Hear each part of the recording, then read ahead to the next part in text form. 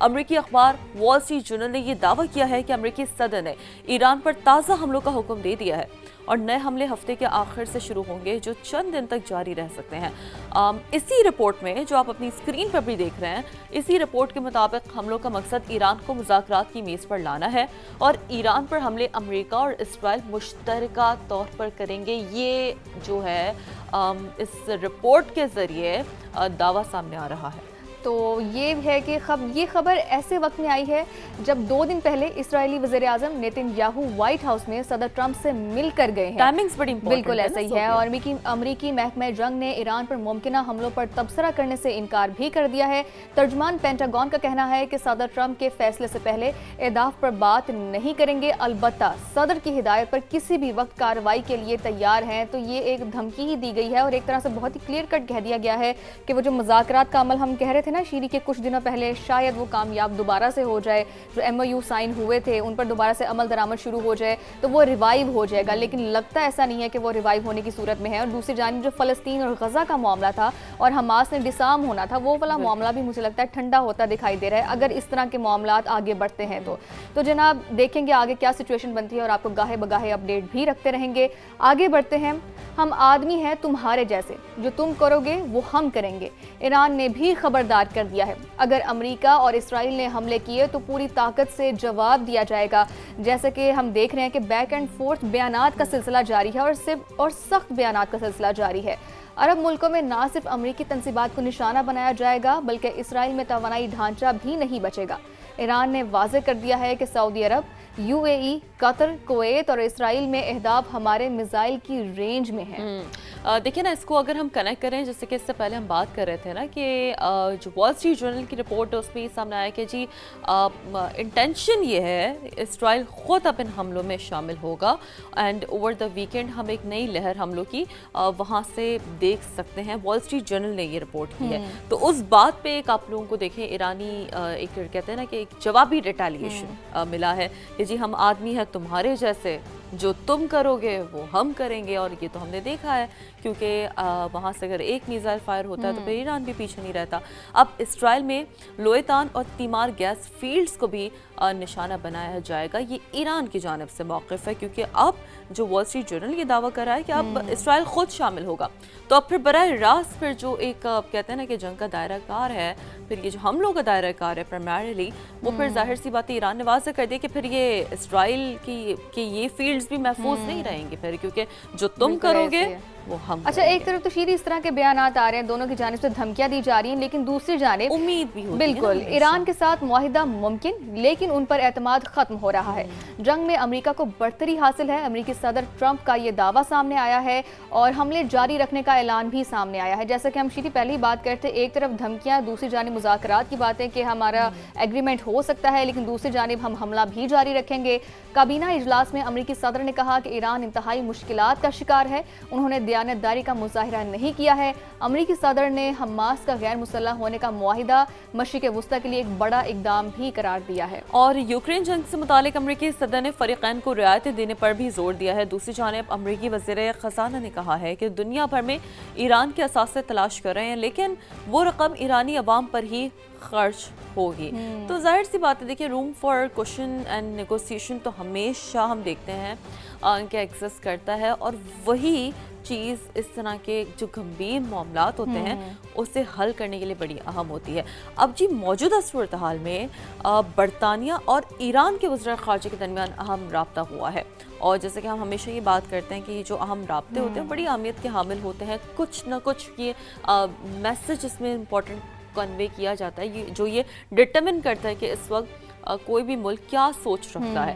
اب وزیر خارجہ عباس اراغچی نے بتایا ہے کہ برطانوی وزیر خارجہ سے خطے کی صورتحال پر تبادلہ خیال ہوا ہے، اور ایڈ ملی بینڈ نے یقین دہانی کرائی ہے کہ برطانیہ جنگ کا حصہ نہیں۔ آپ لوگوں کو یاد ہوگا برطانیہ نے پہلے خود بھی یہ بات کیٹیگوریکلی کہہ دی تھی کہ ہم جنگ کا حصہ نہیں ہے۔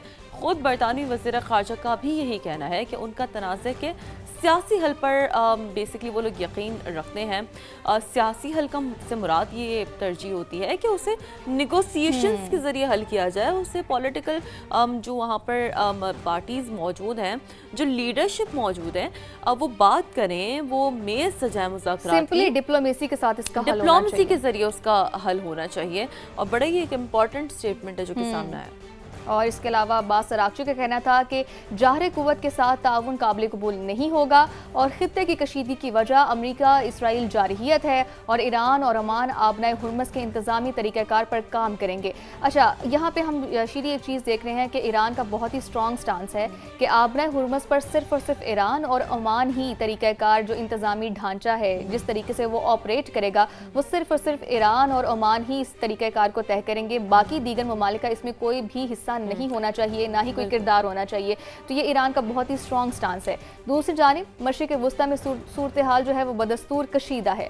ایران کا کویت میں امریکی ایئر بیس پر ڈرون حملہ سامنے آیا ہے, جبکہ ایرانی فوج کے مطابق کویت میں امریکی طیاروں کے ہینگرز, سیٹلائٹ مواصلاتی نظام اور فوجی ساز و سامان کے گوداموں کو نشانہ بنایا گیا ہے. کارروائی حالیہ امریکی حملوں کے جواب میں کی گئی ہے, اور ایرانی پاسداران انقلاب نے اردن میں امریکہ کی ارزک ایئر بیس پر حملے میں ہونے والے نقصان کی سیٹلائٹ تصاویر بھی جاری کر دی ہیں, جبکہ حملے میں امریکہ کے 3 F-35 طیاروں کو نقصان پہنچانے کا دعویٰ بھی کیا گیا تھا. تو یہ سچویشن کافی کرٹیکل ہوتی ہوئی ہمیں دکھائی دے رہی ہے, اور مذاکرات ایک جانب یہ کہنا کہ ان سے ایگریمنٹ ہو سکتا ہے, لیکن دوسری جانب اس طرح کے جو کارروائیاں ہیں وہ سامنے آنا, جوابی کارروائیاں سامنے آنا, تو سچویشن کو بہت ہی کرٹیکل اور انسرٹن بنا دیتا ہے. بالکل انسرٹن ہے. اب دیکھیں, ایران کی بھی موثر ناکہ بندی جاری ہے. امریکی سینٹرل کمانڈ کی جانب سے بھی یہ کہا جا رہا ہے کہ لگ بھگ کچھ جہاز ہیں جن کا رخ ابھی تک موڑا گیا ہے, اور کچھ جہاز ہیں جنہیں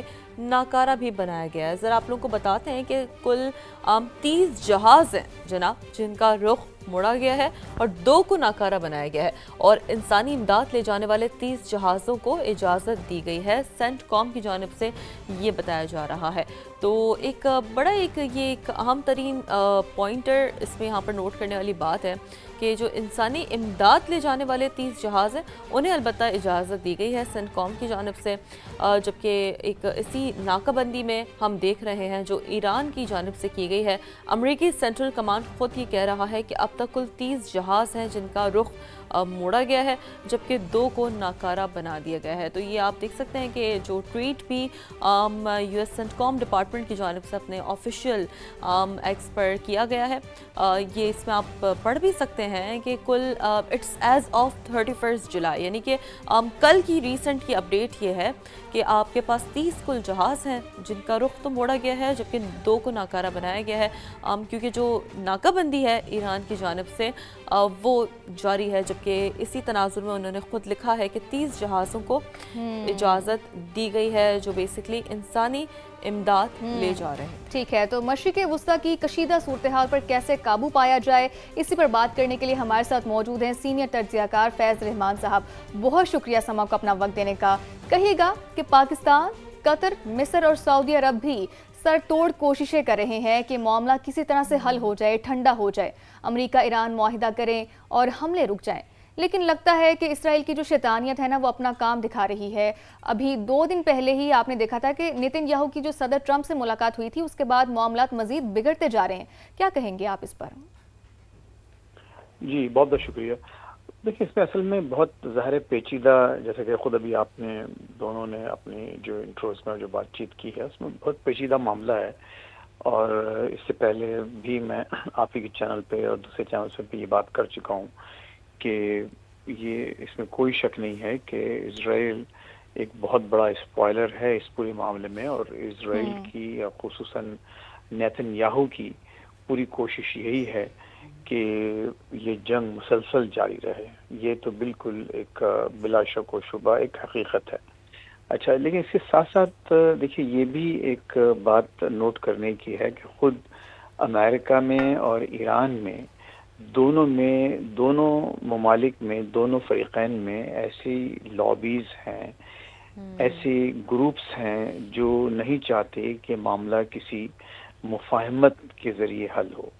جیسے کہ آپ نے دیکھا کہ ایران میں ایک ظاہر ہے کہ اس وقت آپ کو نظر آتی ہے وہاں پر واضح تقسیم لیڈرشپ کی، اور اس سے پہلے جب 10 روز کا جو سیز فائر کا باقاعدہ اعلان ہو گیا تھا، تو اسی سیز فائر کے دوران جب آیت اللہ خامنہئی علی خامنہئی شہید صاحب کی جب تدفین کی آخری رسومات جاری تھیں، جی جی تو ابھی ان کی تدفین مکمل نہیں ہوئی تھی، لیکن اسی دوران ایران نے 3 قطر اور سعودی عرب کے جہازوں پر حملہ کیا۔ آپ نے پھر دیکھا کہ اس کے بعد دوبارہ ایک جنگ شروع ہوئی۔